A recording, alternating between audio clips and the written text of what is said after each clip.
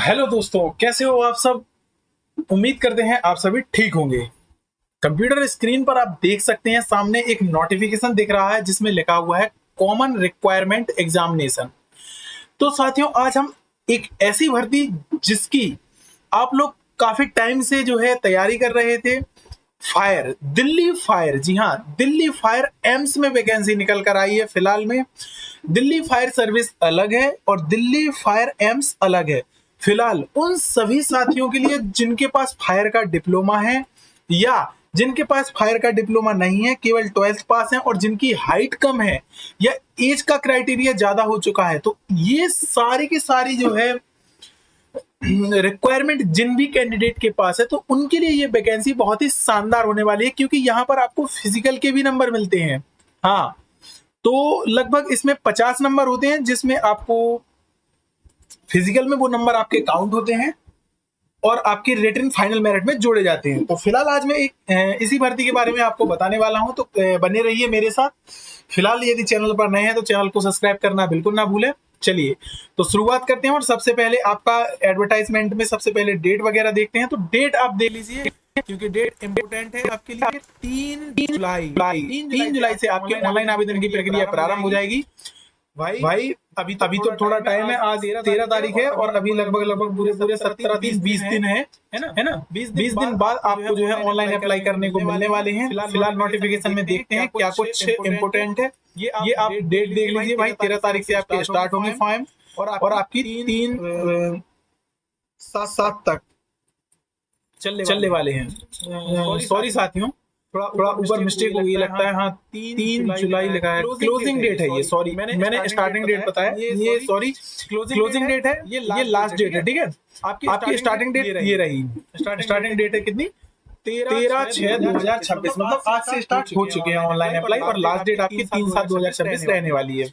साथियों, आपके इसमें देखिए, इसमें एक ये जो भर्ती होती है ना, इसमें एक बहुत ही बढ़िया रहता है। इसमें पहले से ही आपका ये फिक्स कर देंगे कि भाई एडमिट कार्ड कब आएगा, पेपर कब होगा। जैसे इसमें लिखा है डेट ऑफ सीबीटी, मतलब आपका जो एग्जाम होने वाला है वो आपका 25 और 27 जुलाई को होने वाला है। ठीक है, मतलब 3 जुलाई को आपका पेपर की लास्ट डेट होगी और 25 और 27 जुलाई को आपका पेपर भी हो जाएगा। ठीक है, इसके बाद नेक्स्ट आपका रिजल्ट में ज्यादा से ज्यादा महीने में 1 महीने के अंदर रिजल्ट आ जाता है। 27 जुलाई है तो अगस्त में लगभग आपके अगस्त में क्या होगा, इसका रिजल्ट दिया जाएगा। तो ये एक अच्छी भर्ती है फायरमैन के लिए, जो भी तैयारी कर रहा है, जिसकी एम है कि भाई मुझे फायरमैन बनना है, तो उसके लिए ये एक बढ़िया भर्ती है। ठीक है भाई, ये जो है ऑल इंडिया एम्स की तरफ से वैकेंसी निकाली गई है। फिलहाल मैं आपको सिर्फ फायर की पोस्ट के बारे में बताता हूँ, क्योंकि इसमें पोस्टें तो आप देखेंगे तो कई सारी पोस्टें हैं। देखिए, जैसे यहाँ से आप जैसे ही यहाँ पर स्टार्ट करेंगे इनका नोटिफिकेशन स्टार्ट करते ही आप देखेंगे कई सारी पोस्टें, जैसे कि ये है असिस्टेंट डाइटिशियन वगैरह है आपकी। ठीक है, और ये वार्डन की पोस्ट हो गई, वार्डन की पोस्ट हो गई, इस प्रकार से आपकी असिस्टेंट की हो गई है ना, ये पोस्ट हो गई। और साथ में कई पोस्ट, बहुत सारी पोस्टें निकलेंगी। आप ऑफिस असिस्टेंट की, सुपरटेंडेंट की हो गई, जूनियर हो गई, आपकी जूनियर एडमिनिस्ट्रेटिव असिस्टेंट हो गई। इस प्रकार से आपकी कई सारी पोस्ट है। फिलहाल हमारा उद्देश्य आपको बताना सिर्फ और सिर्फ फायर के बारे में है, तो फायर की पोस्ट पर हम चलते हैं। फायर की जो पोस्ट है अपनी, चलिए ये आ गए हैं अपन सीधे फायर की पोस्ट के लिए। देखिए, फायर टेक्नीशियन सिक्योरिटी का फायर असिस्टेंट, जो आपकी वैकेंसी आती है एम्स फायर में, तो कुछ इस प्रकार से आती है। यही नाम इसमें जो है होता है। और ये देखिए फायर टेक्नीशियन है, यहाँ पर आपकी इंस्टीट्यूट आपकी लिखी हुई है एम्स बीबी नगर। तो ये जो है बीबी नगर के लिए है, जो बीबी नगर एम्स हॉस्पिटल है।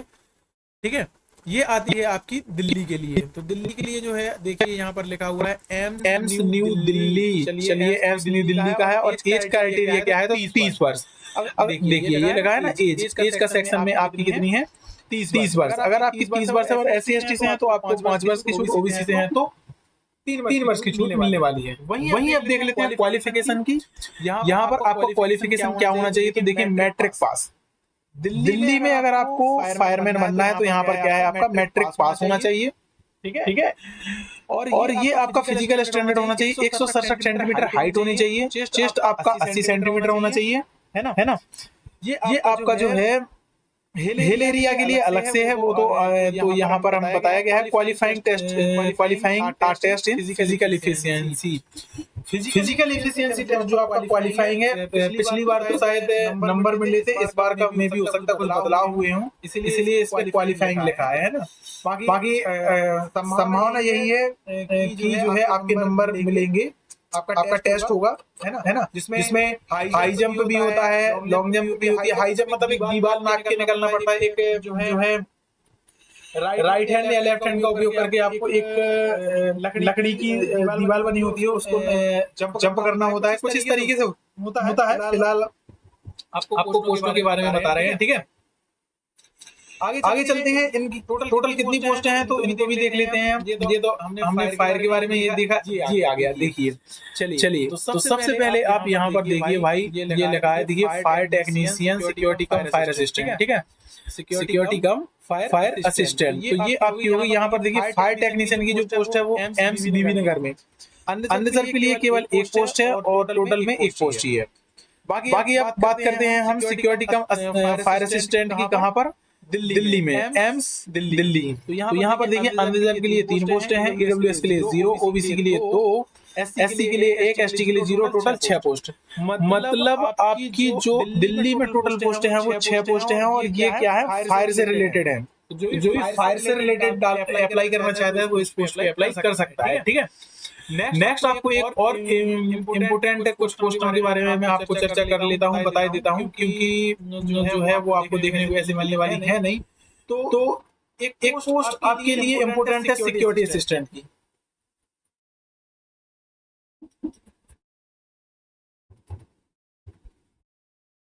चलिए सिक्योरिटी असिस्टेंट, हाँ ये आ गई भाई। देखिए तो ये सिक्योरिटी असिस्टेंट की पोस्ट भी आपके लिए एक अच्छी पोस्ट है। सोशल सिक्योरिटी ऑफिसर मैनेजर है ना, ये वाली जो पोस्ट है, इसमें भी बढ़िया पोस्टें हैं। ऑल इंडिया कैडर की पोस्टें हैं ये, और इसमें टोटल 18 पोस्टें हैं। आप ग्रेजुएशन पास होने चाहिए इसमें, और आपकी हाइट, चेस्ट, अगर ये सारी चीजें हैं तो आप इसमें भी अप्लाई कर सकते हैं, है ना। चलिए मैं आपको थोड़ा बता देता हूँ इसका फिजिकल का क्राइटेरिया क्या रहने वाला है। असिस्टेंट सिक्योरिटी ऑफिसर, इसमें भी आपका पीईटी अकेला होगा, है ना। यहाँ पर सर्च करना पड़ेगा भाई कि असिस्टेंट सिक्योरिटी, ये आ गया भाई। देखिए असिस्टेंट सिक्योरिटी ऑफिसर की जो क्वालिफिकेशन है, डिग्री होनी चाहिए आपके पास किसी भी सब्जेक्ट से हो, ठीक है, degree of qualification university of equivalent, ठीक है। और हाइट यहाँ पर आपकी 170, अगर आप सिक्योरिटी ऑफिसर में डालना चाहते हो तो यहाँ पर आपकी जो है हाइट 170 सेंटीमीटर होनी चाहिए, चेस्ट 81 से 85, ठीक है। और जो है ये तो आपका मेडिकल से रिलेटेड है, 6/12 विदाउट ग्लास, ये आपकी आईज होनी चाहिए, सारी चीजें हैं, ठीक है। तो ये आप समझ सकते हो, ये सिक्योरिटी ऑफिसर से रिलेटेड है। सो फाइनली ये आपकी फायर इससे रिलेटेड थी। बाकी एम्स में कई सारी पोस्टें निकली हैं 10th लेवल से और 12th लेवल से, ग्रेजुएशन लेवल से। तो आप अलग अलग पोस्टों के लिए अलग अलग अप्लाई कर सकते हैं, डेट वही रहने वाली है। फिलहाल आप इसमें ड्राइवर की भी पोस्ट है तो ड्राइवर में भी अप्लाई कर सकते हैं। ये सारी जानकारी कैसी लगी आपको, लास्ट में आप वीडियो को लाइक जरूर करें, चैनल को सब्सक्राइब जरूर करें। इसी के साथ हम लेते हैं आपसे विदा। चलिए मिलते हैं नेक्स्ट वीडियो में।